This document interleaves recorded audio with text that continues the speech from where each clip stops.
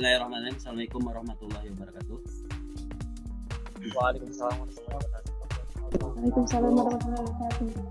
Waalaikumsalam warahmatullahi wabarakatuh. Waalaikumsalam warahmatullahi wabarakatuh. Ini yang hadir 28 orang ya.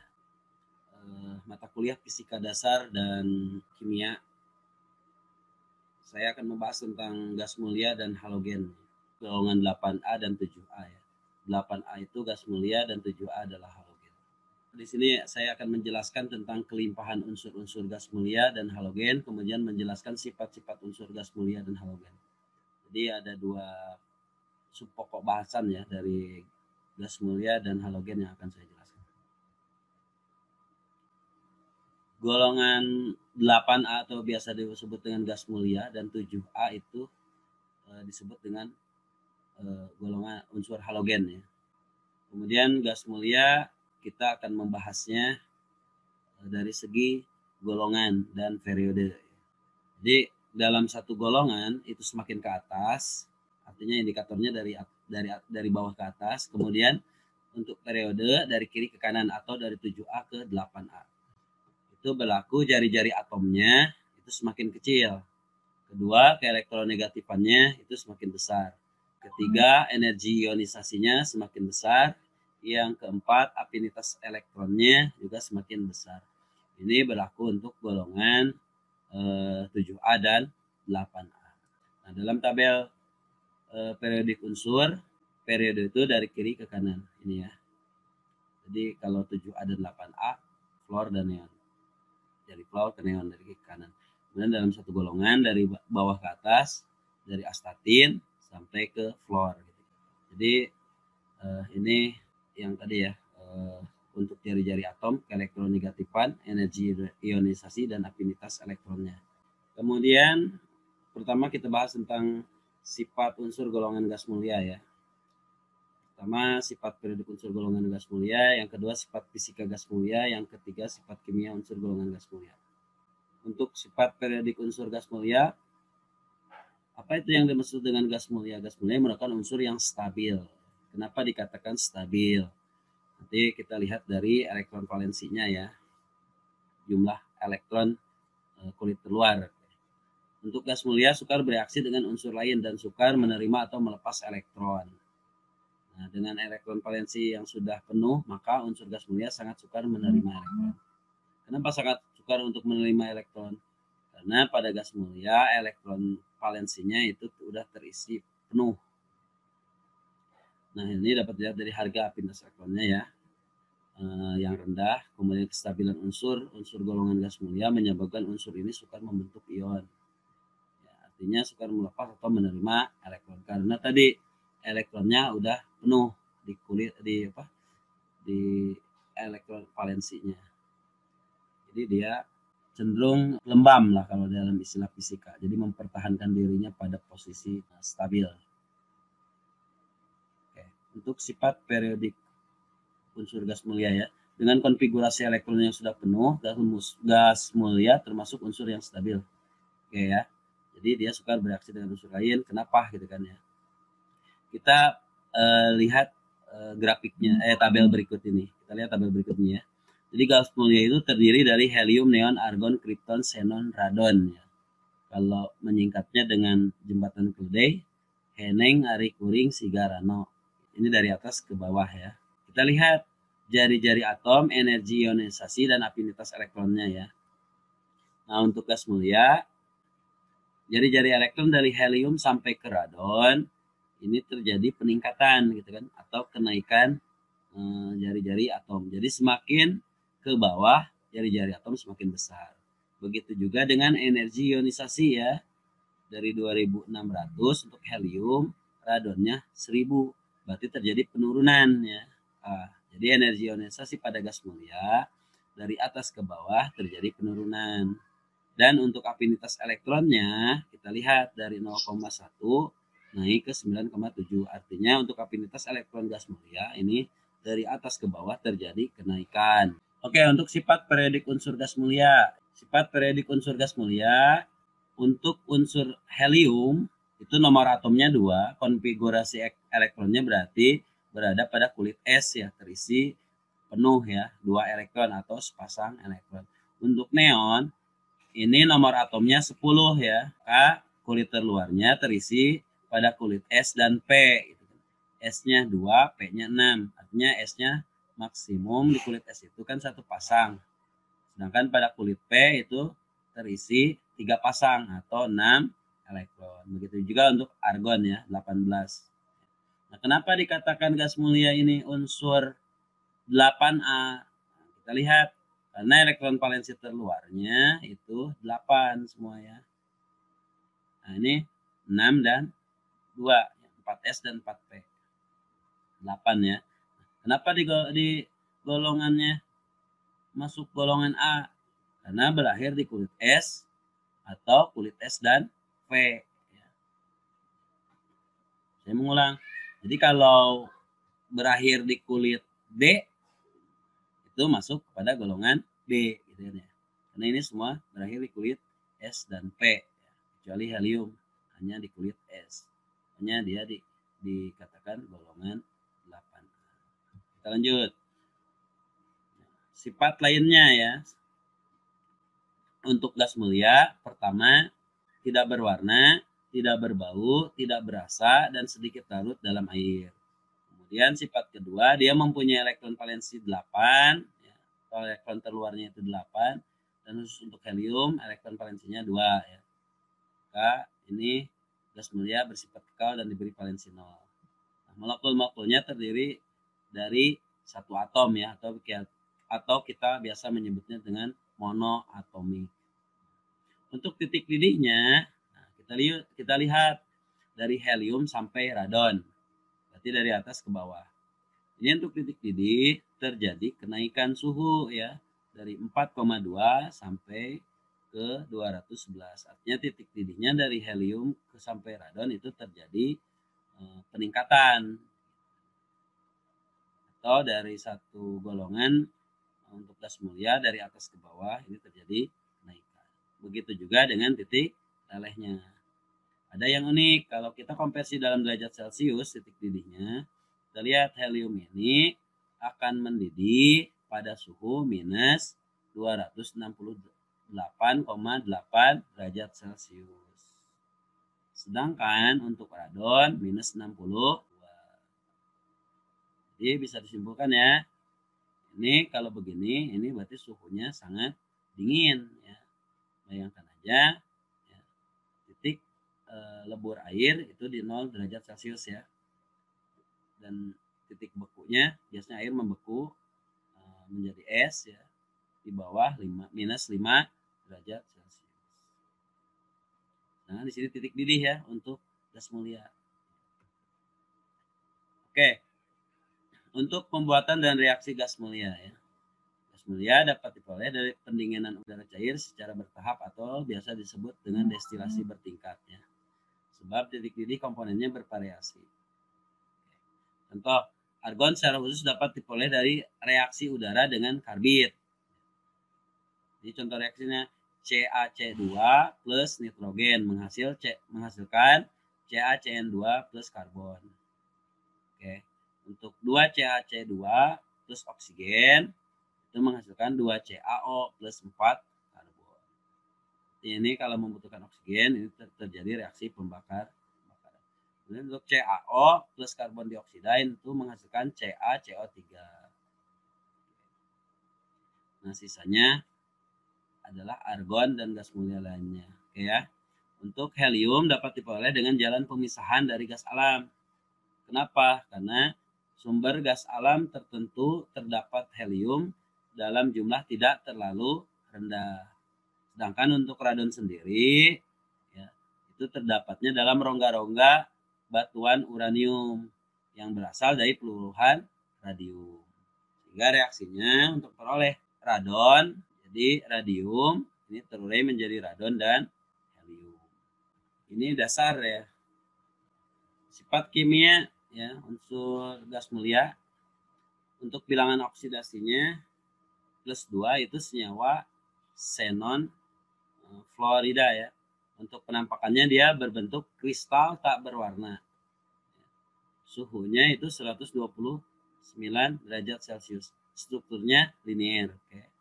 Untuk KrF2 dan 2SbF5 ini bentuknya padatan ya, suhunya 50 derajat Celcius, strukturnya juga linear.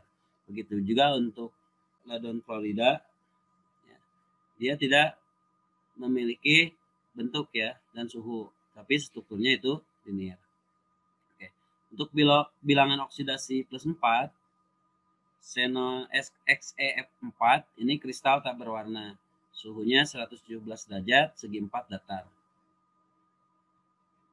Untuk XeF6 ya, kristal tak berwarna ya, suhunya 49,6, ini bentuk strukturnya pentagonal bipiramidal cacat ya. Begitu juga untuk bilok 8 ya, XeO4 ya, ini gas tak berwarna, strukturnya tetrahedral. Kemudian untuk XeO6 ini bentuknya padatan tak berwarna, itu bentuknya oktahedral. Oke, kegunaan gas mulia untuk helium ya, unsur helium ini sebagai pengisi balon udara ya dan pencampur oksigen pada tabung penyelam dan sebagai pendingin untuk suhu mendekati 0 derajat Celcius. Kemudian unsur gas mulia lainnya untuk neon, argon, dan kripton ini sebagai pengisi bola lampu ya, misalkan lampu TL atau lampu reklame, dan kemudian sebagai pendinginan pada reaktor nuklir. Makanya sebagai lampu kita menyebutnya lampu neon ya. Ternyata lampu neon itu di dalamnya ya ada unsur neon. Ini contohnya pada lampu reklame, biasanya untuk merek-merek toko ya, untuk bagian eksterior. Contohnya misalkan Ramayana dulu kan, hurufnya itu terbuat dari neon. Ya, unsur berikutnya dari gas mulia yaitu xenon ya. Ini sebagai obat bius pada pembedahan ya. Senyawa xenon dan oksigen menghasilkan XeO3 dan XeO4. Ini merupakan oksidator yang sangat kuat. Sedangkan untuk radon sendiri merupakan sebagai terapi untuk terapi kanker ya. Nah, yang kedua halogen ya. Halogen itu pembentuk garam. Jadi unsur-unsur halogen merupakan unsur yang bersifat elektronegatif. Kenapa elektronegatif? Karena di kulit terluarnya terkandung banyak elektron ya. Berapa jumlah elektron terluarnya? Karena dia masuk kepada golongan 7A, maka elektron terluarnya atau elektron valensinya adalah 7. Golongannya 7A, berarti A, golongan A berarti berakhir pada kulit S dan P atau S saja gitu kan ya. Nah, untuk halogen itu ada 5, fluor, klor, brom, iodin, dan astatin ya. Atau kita nyingkatnya dengan jembatan Kilday, Panta, Kola, Bir, I, hati-hati. Karena dia bersifat elektronegatif sehingga mudah bereaksi dengan unsur elektropositif. Ini untuk halogen ya. Tujuannya untuk apa? Untuk membentuk garam. Untuk sifat unsur halogen, kita lihat sifat periodik unsur halogennya. Yang kedua sifat fisika, dan yang ketiga sifat kimianya dari unsur halogen. Oke, ini sifat periodik unsur halogen. Kita lihat dari atas ke bawah atau dari fluor ke sampai astatin. Elektron valensi untuk halogen ini berakhir pada kulit S dan P ya. Ini jumlahnya 7. Di kulit S2, di kulit P5 kita jumlahkan 7. Jadi untuk mencapai kestabilan seperti golongan 8A dia kekurangan 1 elektron gitu ya. Untuk elektron valensinya.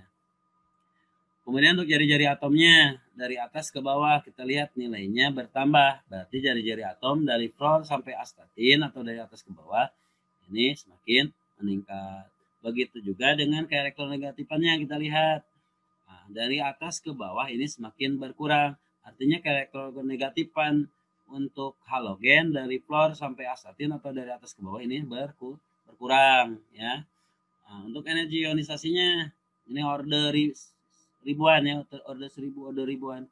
Ini ke bawahnya order ratusan. Berarti untuk unsur halogen ya, atau golongan halogen ini untuk energi ionisasinya dari atas ke bawah atau dari fluor sampai astatin ini terjadi penurunan atau semakin kecil ya dari atas ke bawah. Begitu juga untuk afinitas elektronnya kita lihat untuk golongan halogen ini. dari atas ini nilainya besar, ke bawah mengecil ya. Tapi lihat ini, tapi kita lihat ya, ini bernilai negatif. Jadi semakin ke bawah nilainya semakin kecil karena nilainya negatif, berarti semakin besar. Itu untuk afinitas elektron pada sifat periodik unsur halogen. Untuk titik didih dan titik leleh unsur halogen kita lihat. Kita lihat titik didihnya dan titik leleh ya untuk unsur halogen ini dari atas ke bawah atau dari fluor sampai astatin. Untuk titik didihnya ini semakin meningkat ya. Dari minus 188 sampai positif 337 derajat Celcius. Pasti titik lelehnya juga dari atas ke bawah semakin meningkat. Nah, ada fluor dan klor ini ya, titik didihnya hampir tidak jauh dari golongan gas mulia. Akan tetapi untuk brom sampai astatin, nah, ada yang unik dari astatin. Astatin titik didihnya 337 derajat Celcius. Kita tahu air itu mendidih pada tekanan 1 atmosfer itu pada suhu 100 derajat Celcius. Berarti 3 kali titik didih air ya. Astatin ini akan mendidih. Kemudian untuk molekulnya ya pada golongan 7A atau golongan halogen. Untuk fluor dia diatomik, klor, brom dan iodin tidak ada. Untuk wujud zatnya pada suhu kamar ya. Suhu kamar itu antara 20 derajat Celcius sampai 25 derajat Celcius. Untuk fluor itu sifatnya gas, untuk klor juga gas, brom itu cair, dan iodin itu padat, bromium ya. Kemudian warna gasnya atau uapnya, pada fluor itu kuning muda, pada klor juga kuning hijau, pada brom coklat merah, dan pada iodin itu ungu. Untuk warna larutannya terhadap pelarut 4, jadi pelarut organik ya. Untuk fluor dia tidak berwarna dan begitu juga untuk klor ya. Tetapi untuk brom dan iodin, brom itu coklat, iodin ungu. Kelarutan oksidator dan kereaktifan terhadap gas hidrogen ya. Dari atas ke bawah itu semakin kecil atau dari bawah ke atas itu semakin besar, atau dari iodin ke fluor itu semakin besar ya. Dan sebaliknya dari fluor ke iodin itu semakin mengecil ya untuk kelarutan oksidator dan kereaktifan terhadap gas hidrogen. Nah, untuk energi ionisasi ya dan keelektronegatifan kita bisa buat dalam bentuk tabel ya. Untuk fluor, klor, dan brom iodin ini ya. Konfigurasi elektronnya dirumuskan Ns pangkat 2 ya, Np pangkat 5. Ini untuk elektron valensinya ya. Oke, untuk massa atomnya dan jari-jari atom ya, saya simpulkan dari penjelasan yang tadi. Untuk massa atom dan jari-jari atom ya, dari fluor sampai iodin itu terjadi peningkatan. Kemudian begitu juga untuk energi ionisasi dan afinitas elektron serta keelektronegatifannya, dari fluor ke iodin ini semakin menurun ya, atau dari atas ke bawah semakin menurun. Untuk suhu leburnya tadi udah ya, oke. Dan suhu didihnya juga sudah. Ini ya. Kenapa dikatakan 7A? Karena memiliki elektron valensi 7, yaitu pada kulit S dan V. Kereaktifannya ya, sangat besar. Kenapa? Dikarenakan jari-jari atom halogen sangat kecil dibandingkan unsur golongan lain, sehingga mudah menarik elektron. Dalam satu golongan, jari-jari unsur halogen bertambah dari fluor sampai astatin. Makin besar jari-jari atom, makin kurang reaktif. Itu ya tujuannya, kesimpulannya. Jadi makin besar jari-jari atom semakin kurang reaktif. Maka dari fluor sampai astatin kereaktifan semakin berkurang. Golongan ini sangat mudah menarik elektron karena di halogen ini kekurangan 1 elektron gitu kan. Kalau melepaskan dia harus 7 gitu kan. Jadi dia untuk mencapai kestabilan membutuhkan 1 elektron, maka dia cenderung menarik elektron. Halogen termasuk pada unsur yang sangat elektronegatif karena memiliki 7 elektron valensi ya. Dan kecenderungannya daripada melepas dia cenderung menarik 1 elektron ya, dan menjadi ion negatif dalam rangka membentuk susunan elektron gas mulia. Jadi apabila halogen ditambahkan 1 elektron, ini susunan elektronnya masuk pada gas mulia. Kemudian sifat kimia unsur golongan halogen ya, kelarutan, kereaktifan, dan daya pengoksidasi halogen. Kemudian yang ketiga reaksi pendesakan halogen, yang keempat sifat asam, dan yang kelima adalah reaksi kimia. Nah, kelarutan untuk halogen dia dalam air ya. Kelarutan dalam air. Untuk klor, dan brom itu mudah larut ya, kecuali iodin. Iodin itu suka larut. Iodin dapat larut atau mudah larut ya dalam KI dan pelarut organik, contohnya alkohol, ether, CHCl2 dan CCl4. Kemudian halogen juga merupakan oksidator kuat ya. Kenapa? Karena unsur halogen mudah mengikat elektron atau mudah tereduksi. Jadi daya pengoksidasinya dari fluor hingga astatin ya, itu semakin kecil daya oksidatornya ya. Begitu juga jika direaksikan, halogen lebih kuat kereaktifannya, dapat mengusir atau mendesak halida yang lebih lemah dari senyawanya. Itu klor dapat mendesak klor ya, semakin ke bawah ya, klor dapat mendesak brom, brom dapat mendesak iodida.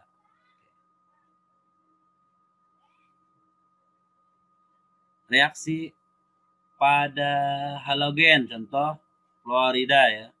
Fluorida plus 2Cl minus ya, menghasilkan 2F minus plus Cl2. Ini dapat berlangsung reaksinya. Sedangkan kalau kita balik ya, fluorida ditambah 2F, ini reaksinya tidak dapat berlangsung. Bisa dipahami ya? Kita lanjut. Oke ya, untuk sesi terakhir saya akhiri live session Teknik Sipil 20A kelas reguler untuk mata kuliah fisika dasar dan kimia. Silakan persiapkan untuk menghadapi ujian akhir semester. Soal dalam bentuk pilihan ganda saya persiapkan dari sesi 7 sampai sesi terakhir. Assalamualaikum warahmatullahi wabarakatuh. Siapa yang belum di absen?